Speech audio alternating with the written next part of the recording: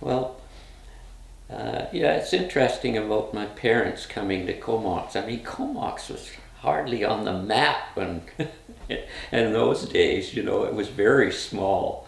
And my dad worked at a service in Victoria, and he heard about a place in Comox, at a business that he wanted to buy it, and he did. And my mom was in the hospital with Kathy, my sister, and he walked into her.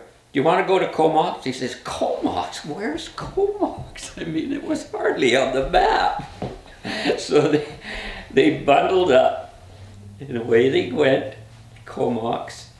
In the back seat was Shirley, the oldest daughter, and Kathy was in an apple box on the seat beside her. And so they were, that's where we arrived in Comox. And it had a service station already built, and a house next door to it. So that was a really influence on me, because I was close to this service station. And I used to spend a lot of time around, and the guys would tease me, you know, as a young kid, and give me names. They called me Doc because I had glasses, and drink of milk, and things like that. And there was one time that right across from us, there was a house being built, and I still remember this so much. You know how they have an opening in the floor, under the floor? I went and I crawled in, and all of a sudden I got scared. It was dark in there. And the guys were saying, come on, you can come. Finally they had to go and get my dad to come up and coax me out of the thing. And that, you know, they used to teased me a lot. So, and then there was a friend that it was quite a bit older than me, but he always played with me, and that was really nice to have. We always had trucks and cars and stuff and building. I was always interested in the service station because there was cars, dead cars out the back where we used to jump into and pretend we were driving the ride so some of the family things that Christmas was special, no doubt about it. Every Christmas my dad would used to give us kids some special thing, and here's one of the things that he always looked for, something that was unusual. This gyroscope where you wound it up, the thread, and then you put the thing out and you pulled it and it would ride along there. I mean, that was just something exciting. And then the little radios, you know, the ones with the diode, and they gave me that one summer, and one Christmas, and we had to string a wire across from the house to the tree outside there, and I hear something. The first time I'd ever heard a radio or anything like that. And then we didn't even have TV or anything in those days because we were too far away from it. But finally it came, and then they had this great big thing on our roof, and Dad would go up there and he would turn it a little bit, and it's getting a little better. And he'd keep turning it a bit, and finally you'd see this snowy picture. Anyway, it was it was a lovely place to grow. You knew everybody in the town, you know, and they knew you. And so it was a great place to grow. Schooling, yes, I had a bad start. Grade 1, there was a brand new teacher, and she most of the time we went outside and played games and stuff like that, and I hardly learned anything in grade 1.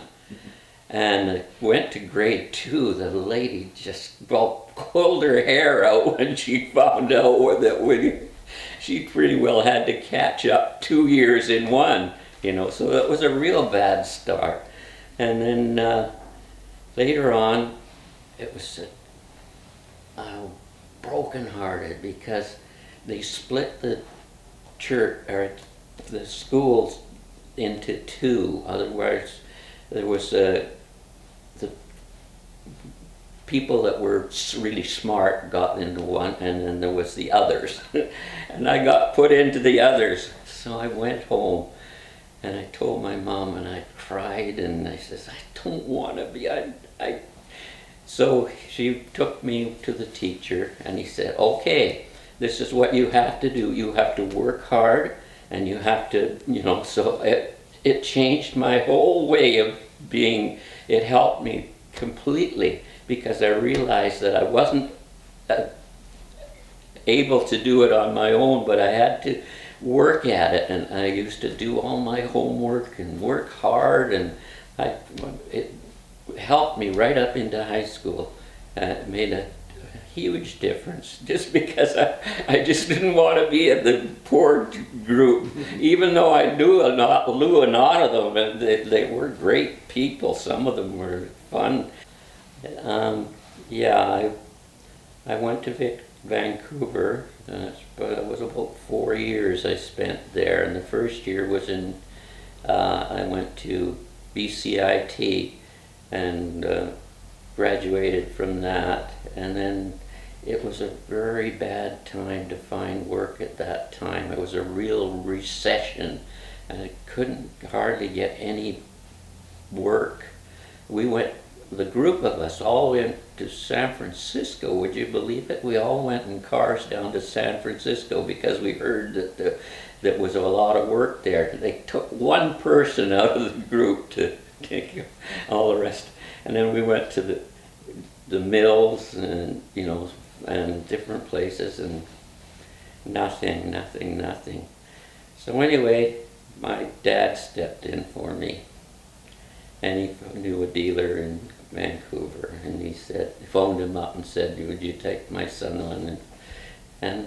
So I got a job there, and I learned a lot. It was a big dealership. They had everything there. I mean, it was wonderful. They had Jaguars and all kinds of supercars and things like that. So it was a wonderful place to learn.